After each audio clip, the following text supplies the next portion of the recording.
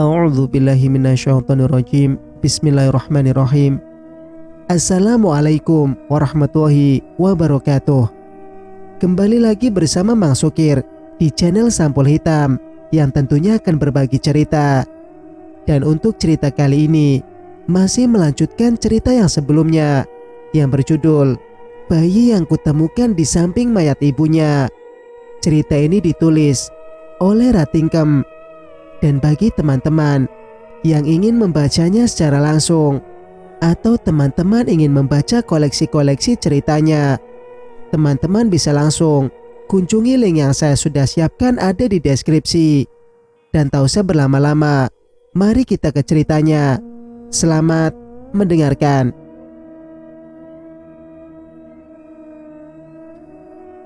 Di rumah aku mendapati Kalila tengah menggendong bunga.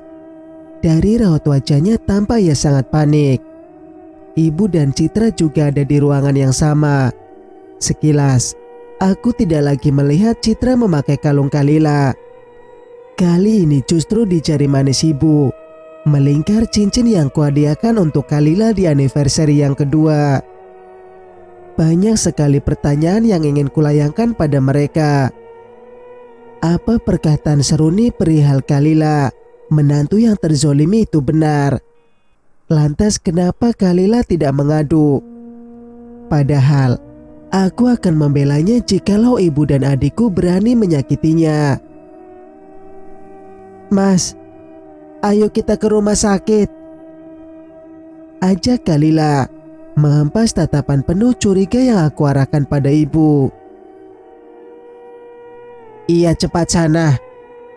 Pantas istrimu belum hamil juga. Ngurus satu anak saja gak becus, cetus ibu yang tidak aku tanggapi. Kalila membopong bunga hingga mobil. Pak Sugeng dengan sigap menyalakan mesin mobil dan kami melaju hingga rumah sakit. Setibanya di gedung besar berlantai 2, kami langsung menemui dokter anak. Setelah diperiksa, tidak ada yang perlu dikhawatirkan. Kemungkinan badannya demam karena tumbuh gigi. Kata dokter kalau sampai pagi badan bunga masih panas, maka harus dibawa ke rumah sakit lagi. Tiara, tegur wanita parubaya seumuran ibu tatkala melihat bunga yang baru keluar dari ruangan dokter. Wajahnya berubah pasih, seperti orang baru melihat hantu. Aku menengok ke belakang barangkali ada Seruni dan wanita itu bisa melihatnya. Tetapi arwah Seruni tidak ada. Iya bu, dia Tiara, timpal wanita muda di sebelahnya, lirih. Maaf, kalian kenal sama putri kami? Tanyaku. Siapa tahu mereka adalah keluarga asli bayi yang kutemukan di samping mayat ibunya. Namun, bayangan Seruni muncul di belakang mereka. Ia menggelengkan kepala dengan tatapan kebencian. Mata yang dilingkari warna hitam sangat kontras dengan bagian dalam yang berwarna merah darah. Terbiasa, aku tidak lagi terkejut berlebihan. Ia terus saja menatap kedua wanita yang berbisik memandang bunga. Aku tidak paham maksudnya, tetapi gelengan itu tentu bermakna tolakan, bukan? Wanita muda menarik wanita tua. Ia kembali membisikkan sesuatu yang kemudian disetujui wanita tua. Maaf, kami salah orang. Putri kalian sangat cantik, kata si wanita tua. Pandangan mengikuti dua wanita itu. Seruni yang berdiri tak jauh lantas mengacungkan telunjuk pada tong sampah yang tergeletak dekat vas bunga besar. Seketika tong sampah itu terbang dan menabrak dua wanita tadi.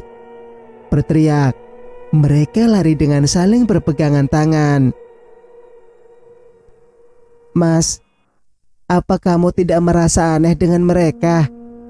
Tanya Kalila sembari menggendong bunga yang terlelap sejak keluar dari ruang pemeriksaan.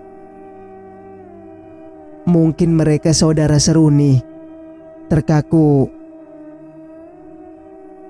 Seruni, siapa?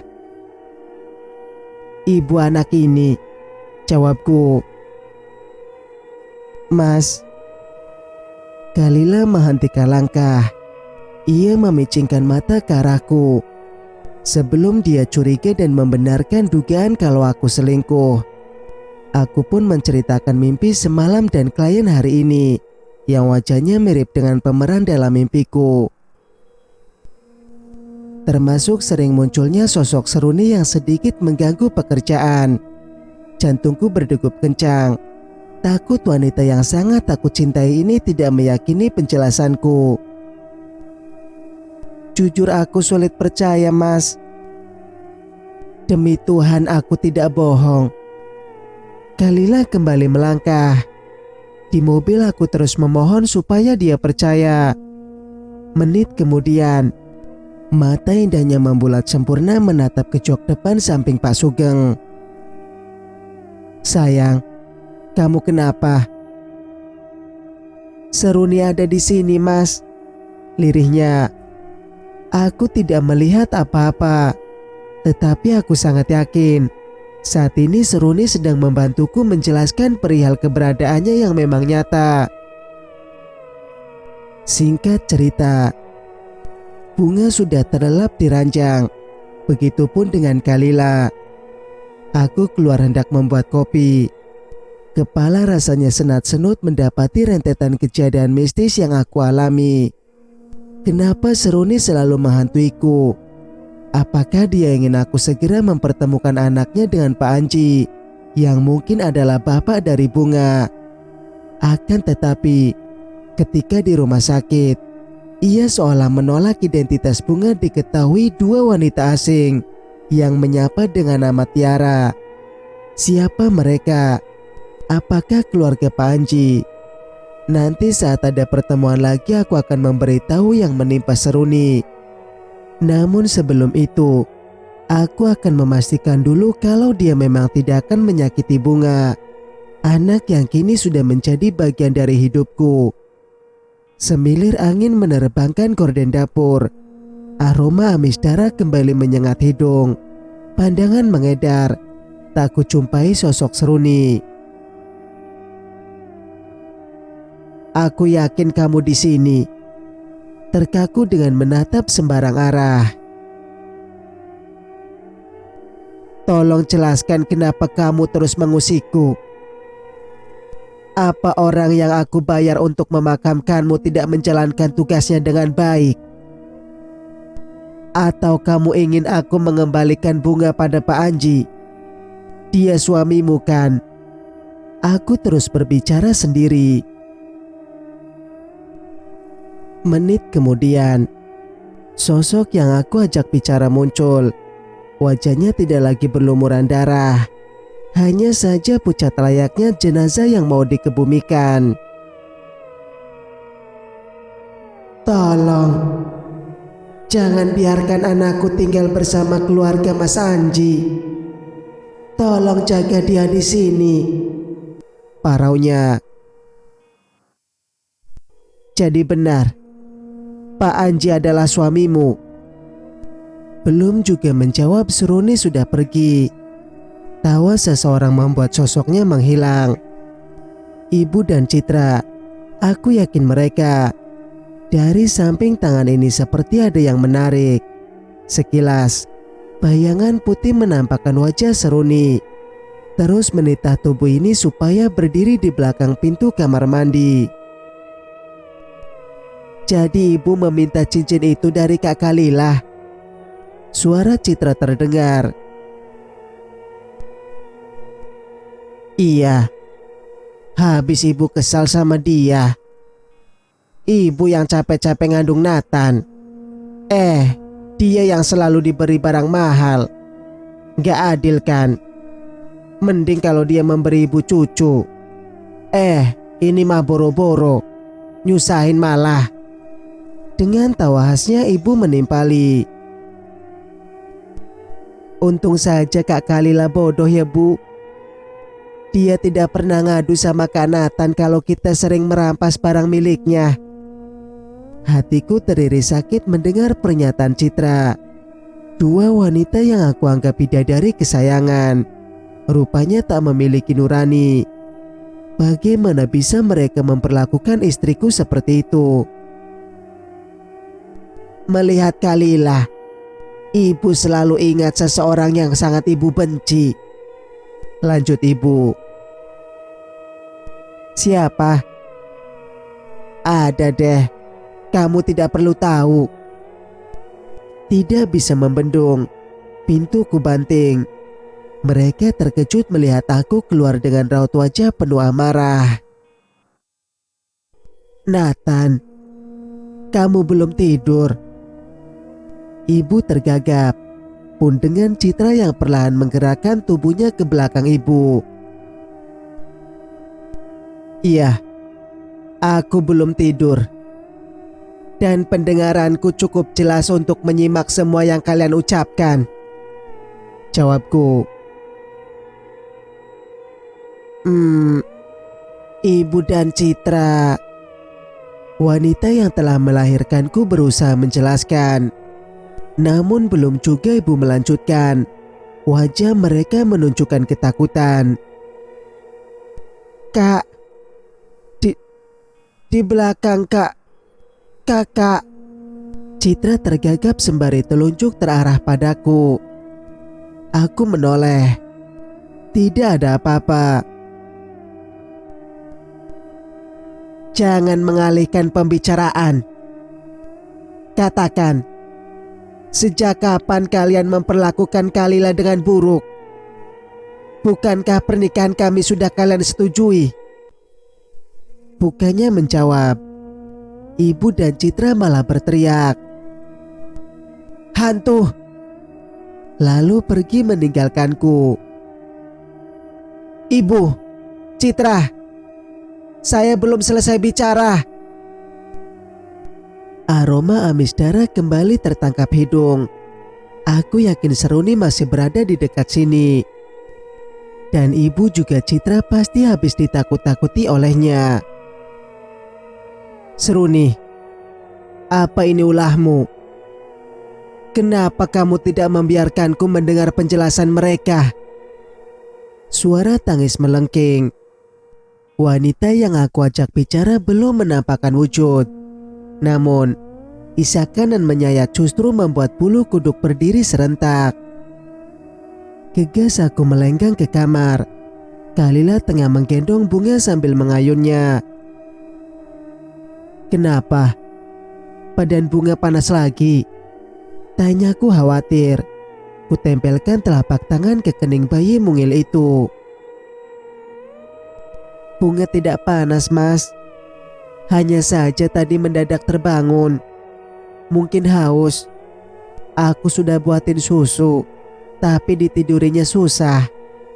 Aku tersenyum melihat wajah Kalila yang begitu mencemaskan bunga dalam balutan kasih sayang. Maaf ya, kamu jadi kerepotan. Lirihku. Aku malah seneng, Mas. Bisa merasakan begadang mengurus anak. Hanya saja aku takut. Bagaimana kalau bunga diambil keluarga aslinya? Aku hendak menjawab. Namun wajah Seruni dengan raut wajah marah muncul di balik cermin. Ia menggeleng, menolak ucapan Kalila. Kita akan mempertahankannya. Seruni yang minta. Jawabku sekenanya. Dia ada di sini. Pandangan Kalila mengedar. Kini kecemasannya berubah ketakutan. Aku mengangguk. Bunga sudah terlelap meski sangat payah menina bobokannya. Tidak seperti kemarin begitu mudah bayi mungil itu memejamkan mata. Dengan penuh ketegangan Kalila membaringkan tubuh mungil itu secara perlahan ke ranjang. Singkat cerita, pagi hari ini tanggal di kalender berwarna merah. Memanfaatkan waktu libur, aku ingin mengajak Kalila dan Bunga berbelanja di mall. Namun sebelumnya, Aku masih menunggu jawaban dari ibu dan Citra. Itu sebabnya sebelum pergi, aku menyatroni kamar Citra. Kebetulan ibu juga ada di sana. Jadi, apa alasan kalian membenci Kalilah? Apa karena aku sering memberinya hadiah? Kalian lupa, dia itu istriku. Dan kalian bisa meminta apapun tanpa merampas barang miliknya. Kami tidak merampas, pungkas Citra. Iya Nathan, Kalilah yang memberikannya pada kami. Katanya bosan, timpal ibu. Citra mengangguk, mengiyakan perkataan ibu. Namun, seketika tubuhnya berdiri dengan tegap. Bu, kok badan Citra kaku? Tidak bisa bergerak. Gadis remaja itu mulai panik dan takut. Aku melihat tangan berkuku tajam yang berlumuran darah mendekap kedua lengan Citra. Detik kemudian, kepala Seruni muncul dari belakang adikku. Meski Citra tidak adil pada Kalilah, tetapi aku tidak mau dia disakiti. Biar bagaimanapun, aku sangat menyayangi adikku itu. Lepaskan dia. Aku tidak mau kamu melukainya. Refleks mulutku berucap. Kamu kenapa Nathan? Cepat ini tolong adikmu. Ibu yang mencoba menggerakkan tangan Citra tanpa aneh oleh perkataanku. Seruni melepaskan pegangannya dengan menarik sweater yang Citra kenakan. Sontak ibu dan Citra kaget karena sweater bergerak sendiri. Kaos dalam tampak. Rupanya Citra mengenakan baju milik Kalilah yang aku hadiahkan sebagai oleh-oleh dari Yogyakarta. Apalagi nih Cit? Aku bertambah kesal. Ini juga Kak Kalilah yang kasih, jawab Citra melingkarkan tangan ke lengan ibu. Tidak mungkin Cit, kamu pasti bohong kan? Kakak tanya aja sama Kak Kalilah. Ibu dan Citra pandai sekali mengelak. Kalau terus meminta penjelasan pada mereka, aku bisa darah tinggi. Nanti malam aku akan meminta kejujuran Kalilah. Berharap dia mau menceritakan semuanya. Aku tidak mau hidupnya tidak bahagia. Mas, sedang apa? Bunga sudah nungguin loh. Kalilah masuk. Iya sana, nanti keburu siang. Ibu mengambil kesempatan untuk tidak memberi jawaban atas rentetan pertanyaanku. Baiklah, urusan kita belum selesai ya Bu. Aku keluar, sementara Kalilah sudah tidak ada di balik pintu. Cepat sekali dia pergi. Di ruang tamu, aku melihat Kalilah tengah menyiapkan botol susu milik Bunga. Bukannya dia yang tadi mengajakku untuk berangkat, tapi dia sendiri belum siap. Sayang, katanya siap berangkat. Kata siapa? Bunga lagi pup dulu sama Bibi. Loh, tadi kamu ke kamar Citra kan? Enggak, dari tadi aku nyiapin perlengkapan Bunga. Biar di mall bisa bersenang-senang. Mendengar perkataan Kalilah, aku jadi ingat kalau di rumah ini ada penghuni lain yang terus mengintai hidupku. Harus sampai kapan kamu menghantuiku, Seruni? Singkat cerita, mengitari seisi mall, kini kebahagiaan kami kian lengkap. Bunga adalah anugerah indah yang Tuhan titipkan pada kami. Meski untuk hal itu aku harus sering mengelus dada karena jantung yang hendak copot setiap melihat penampakan ibunya. Bayi yang baru bisa berdiri namun belum bisa melangkah sempurna. Tanpa bahagia bermain di wahana mandi bola. Bersama Kalilah, mereka saling melempar dan menendang benda bulat dan ringan itu. mengabadikan momen berharga. Aku segera merekam kebersamaan mereka. Gelak tawa membuat bibirku terhipnotis untuk mengulum senyum. Dari balik layar ponsel, aku turut bahagia menyaksikan permainan mereka. Akan tetapi, aku segera menekan tombol pause ketika bayangan Seruni mendadak muncul dan wajahnya yang seram memenuhi layar ponsel.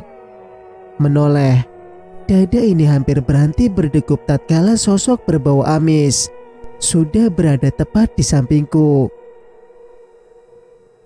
"Bawa anakku pergi," lirih suara terdengar. Meski berbenturan dengan lantangnya musik permainan, tetapi sangat yakin kalau suara itu keluar dari mulut Seruni. Seperti biasanya, hatiku selalu terbujuk untuk menuruti setiap perintah yang arwah gentayangan itu berikan. Kebetulan jam makan siang tiba. Aku meminta Kalila dan Bunga berhenti bermain. Sekilas dari kejauhan aku melihat Pak Anji hendak mendekat untuk menyapa sekalian mempertemukannya dengan Bunga. Kaki ini serasa berat melangkah, menunduk. Ada tangan besar berbulu lebat mencengkram. Kuat sekali. Pasti Seruni. Siapa lagi? "Ayo mas," ajak Kalila yang selesai merapikan baju Bunga. Aku tersenyum tegang menanggapi. Begitu Pak Anji sudah tak nampak lagi.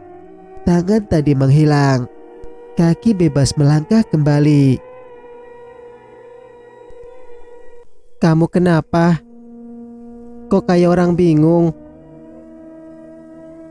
Tadi aku hendak menceritakan, tetapi takutnya suasana hati Kalila berubah. "Tadi apa?" "Tadi kakiku kram," jawabku sekenanya. Aku mengambil alih tugasnya. Kali ini Bunga aku yang menggendong. Kami memang sengaja tidak membeli kereta dorong bayi. Ingin lebih intim dalam merawat Bunga. Meski agak repot, tapi kami menikmatinya. "Mas, aku lagi pengen makan di restoran langganan kita," pinta Kalila sambil berkelayut manja. "Ya udah, kita ke sana sekarang. Toh tidak jauh dari sini kan?" Kami melenggang keluar. Di mobil, Bunga menyusu habis 1 botol. Lepas itu Kalila memberinya biskuit. "Bentar lagi makan. Nanti gak lahap kalau dikasih biskuit," kataku. "Gak apa-apa mas. Kasihan kayaknya dia sudah lapar. Lagian biskuitnya mengandung banyak vitamin. Jadi gizi Bunga akan dipenuhi." Aku mengelum senyum. Kalila begitu keibuan. Kadang aku berpikir, kenapa Tuhan belum menganugerahi kami seorang anak? Padahal secara finansial kami cukup mapan. Kalila juga tampak pandai mengurus anak. Apalagi aku yang sangat suka anak kecil. Tapi bukankah Tuhan selalu punya skenario indah di setiap drama kehidupan manusia? Aku yakin ada kejutan di ujung perjalanan rumah tangga kami. Mobil sudah berhenti tepat di restoran yang menyajikan aneka makanan kesukaan Kalila. Kami masuk dan langsung memesan yang ingin dimakan. Bunga yang berada di pangkuan Kalila begitu anteng.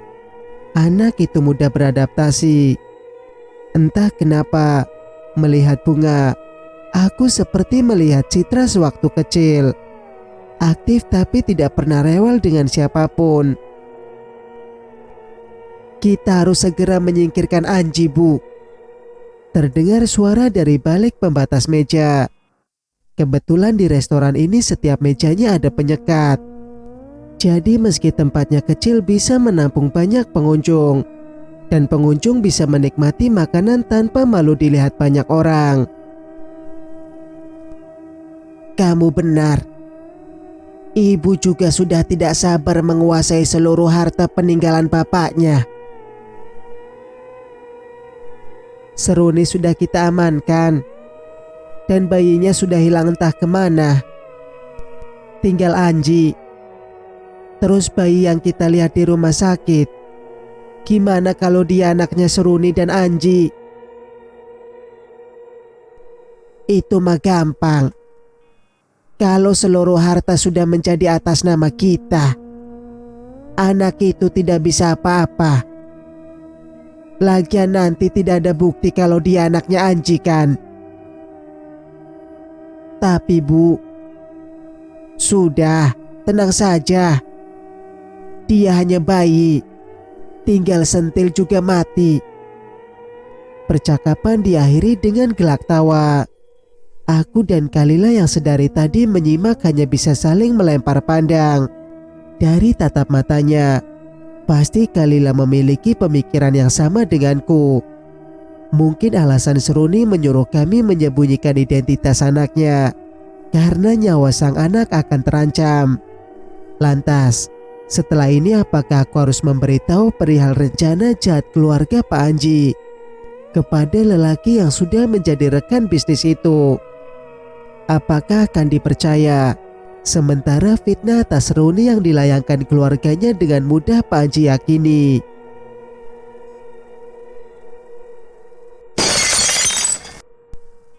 Benda jatuh dari atas meja yang berasal dari suara obrolan tadi. Bu, kenapa gelasnya jatuh sendiri? Terdengar panik. Kaki ibu kok kaku. Tak kalah panik. Bu, ada tangan di belakang leher ibu. Tangan apa? Ah! Nyaring mereka berteriak membuat seisi restoran menatap mereka. Akan tetapi aku dan Kalila tetap duduk. Takutnya mereka melihat bunga. Sekelebat sosok Seruni terbang dari meja. Mereka menuju bingkai lukisan yang terpajang di atas dinding. Benar dugaanku.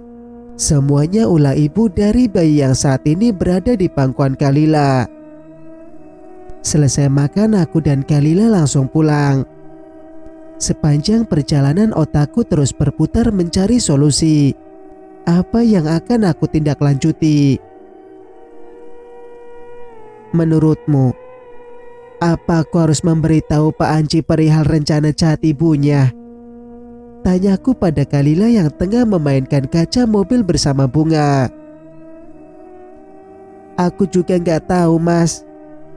Ini masalah keluarga. Lagian kata kamu Seruni ingin kita menyembunyikan Bunga dari keluarganya kan? Seruni. Pak Sugeng terkejut mendengar Kalila menyebut nama ibunya Bunga.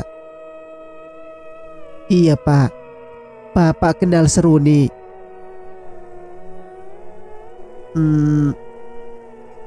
Bukan.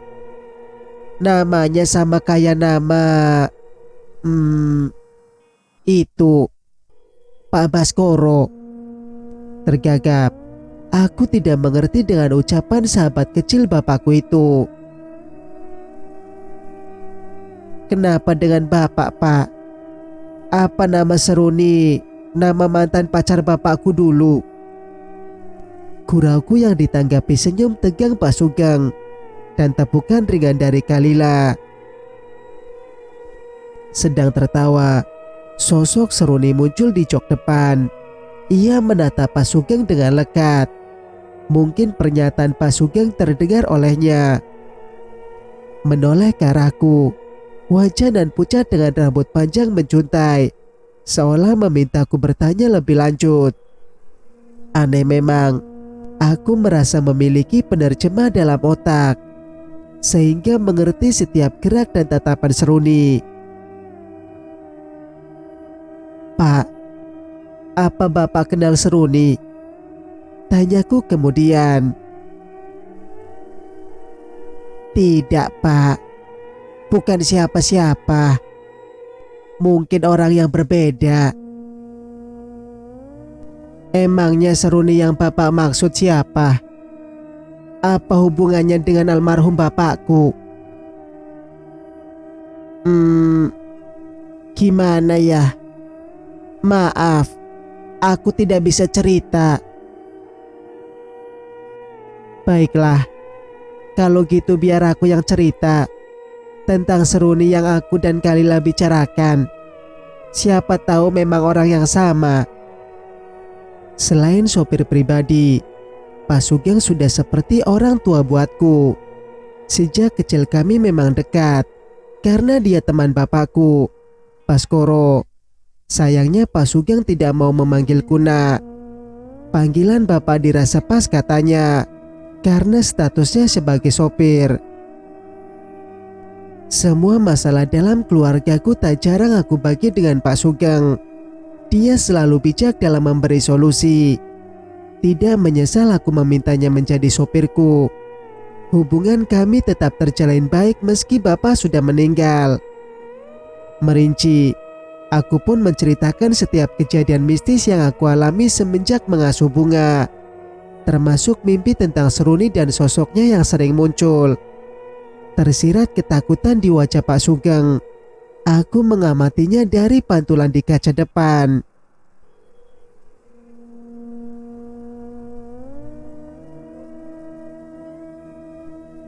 Cerita pun bersambung. Jika kalian suka dengan ceritanya, jangan lupa untuk like, komen, dan subscribe channel ini agar bisa mendengarkan cerita-cerita berikutnya. Wassalamualaikum warahmatullahi wabarakatuh.